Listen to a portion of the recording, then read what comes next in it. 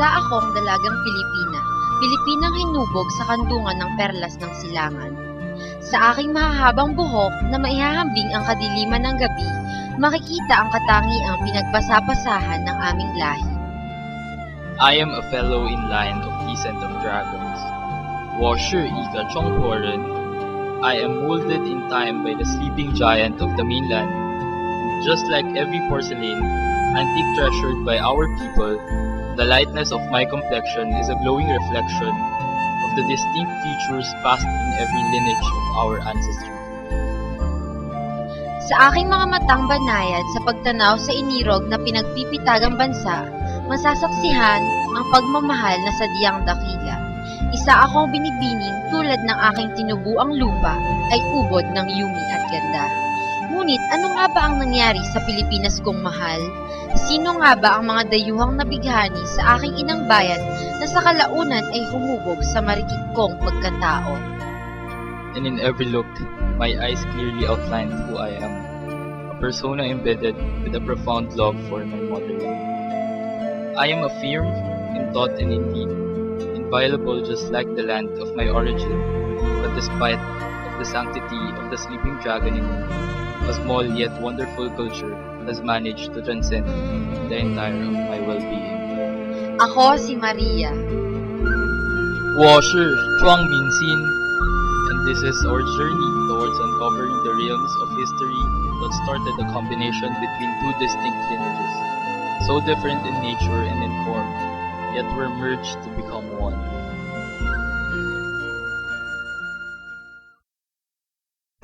The Philippines is the home of diverse cultures. One way or another, Filipino customs and traditions appear to be products of varied influences from other countries, like Spain, Arab countries, and China. The most influential being China. The Chinese have been in the Philippines for a very long period of time. Their traditions have become part of the Filipino way of life. Come to think of it, Filipinos now have Chinese ancestry. In fact, these two cultures seem to have merged in some aspects throughout the course of time. But the question is, how and when did the Chinese culture arrive in the Philippines? And China has indeed given a lot of influences in the building of Philippine culture. But did the Philippine culture influence China as well?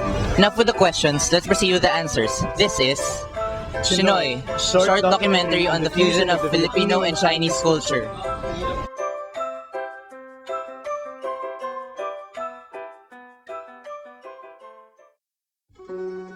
The Sino-Philippine trade, believed to have begun in 982 AD. There was evidence that showed a trade contract between the two countries, and later on, a detailed written account on this was released around the 13th century. The Chinese came to the Philippines peacefully and traded with the Filipino natives. A variety of goods were exchanged between China and the Philippines. Porcelain jars and other Chinese goods were exchanged with hardwoods, pearls, and turtle shells. The settlement of the Chinese, then called Sanglays, first started when the former used to remain at the shore while waiting for the winds to carry them back to China, while some of them opted to stay and do business. Over the years, an increase of immigrants emerged. When the Spaniards arrived on the Philippine shore, they asked the Chinese who they were. In response, the Chinese said, "We came here to conduct Sangli." Sangli means trade, and because of this, throughout the Spanish era, the Chinese were called Sanglays.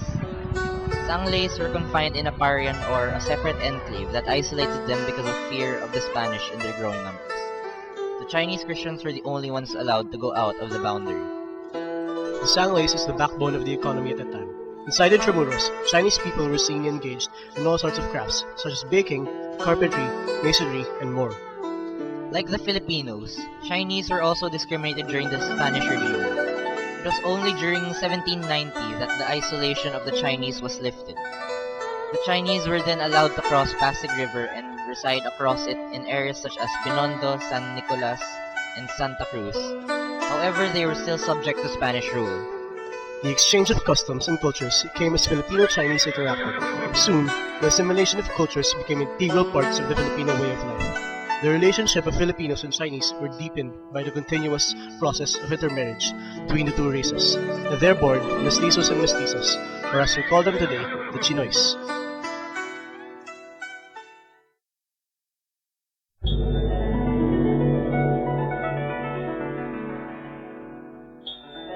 Food, culture, economics, and religion. It's been very evident how the Chinese has influenced us. Now, let's take a closer look to what China has given to the Philippines. I am Mac Bagtang. 我是杨雅慧。 And I'm Maria Manalastas, and now we shall enter towards the perimeter of the Chinese culture in the Philippines, Binondo.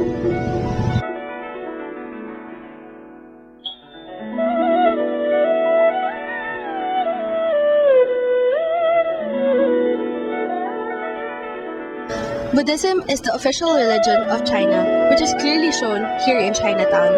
A vast number of temples are scattered here.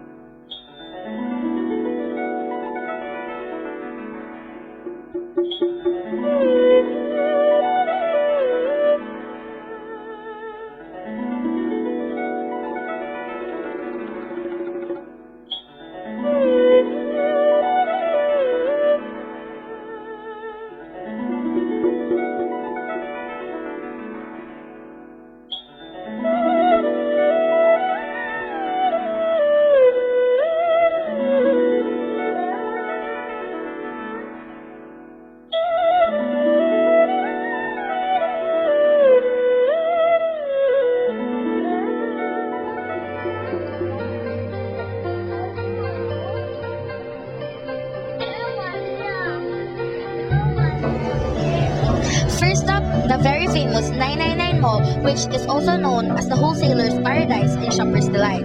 This mall has everything that the shopper would like to have, from clothes and shoes to kitchen tools and mechanical tools and more.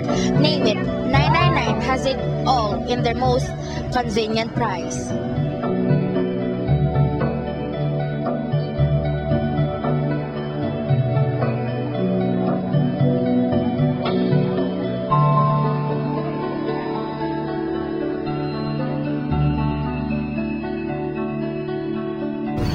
Nevertheless, we have also influenced the Chinese in their culture, which is depicted on how a huge number of Chinese people have become part of the Christian world.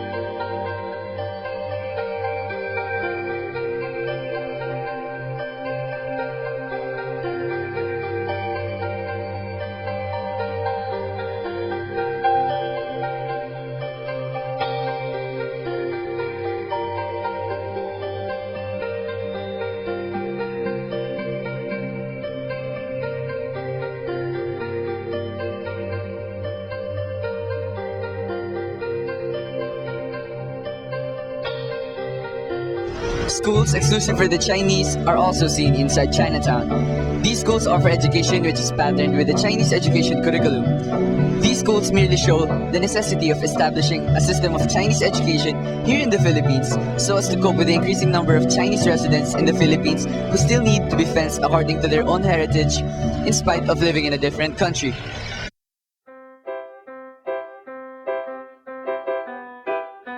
And now, we are going to venture on everyone's favorite part, food hopping.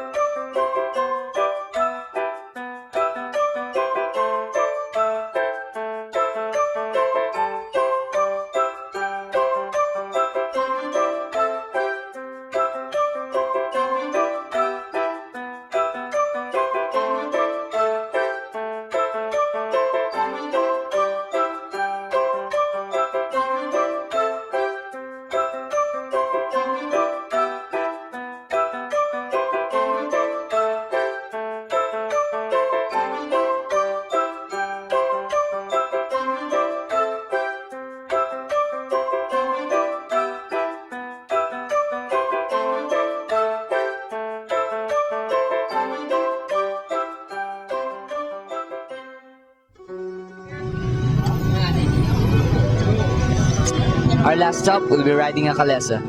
In the means of transportation, we've also influenced the Chinese using a kalesa. This type of vehicle is pulled by a horse and carries a heavy load on its back. And just like this horse carrying a heavy load, both the Chinese and the Filipinos have also carried loads of discrimination throughout history.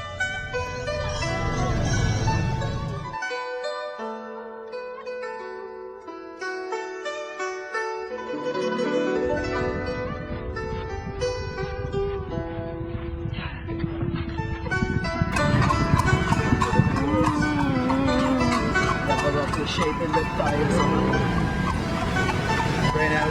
We're now approaching Beyond the church. beyond the church.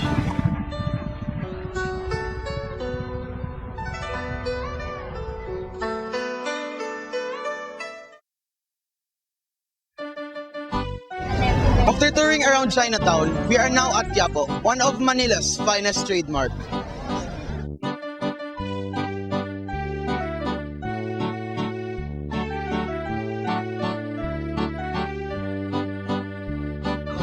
Hail to the very famous Quiapo Church, which was constructed in the year 1988. A lot of devotees coming from different places come here to visit the very miraculous Black Nazarene. Just outside the church's premises are a series of fortune tellers. We are now right here with Sir Albert, fortune teller here at Quiapo. Sir, good afternoon. Can I ask you a few questions? Sure, go right ahead. Sir, how long have you been fortune telling? Since I can remember, I started when I was very, very young. I'm 68 years old. So, sir, is fortune telling a Chinese influence? That's a Chinese influence. If you consider the use of Chinese astrology, which has baffled a lot of people since the very early centuries. Aside from Divisoria, Quiapo is also a very nice place to shop. Wide varieties of cheap prices are sold here. The Chinese influence us to bid for the lowest price or to make tawad.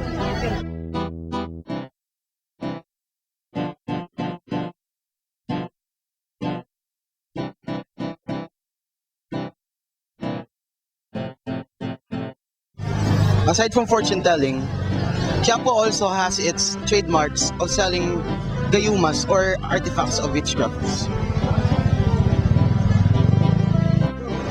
Chinese Filipinos or even Chinoys. Everyone must be treated with equal respect. No racial prejudice, no discrimination. This is a free country. This is a free world. Respect must be the foremost virtue of all the races and must transcend to all the culture.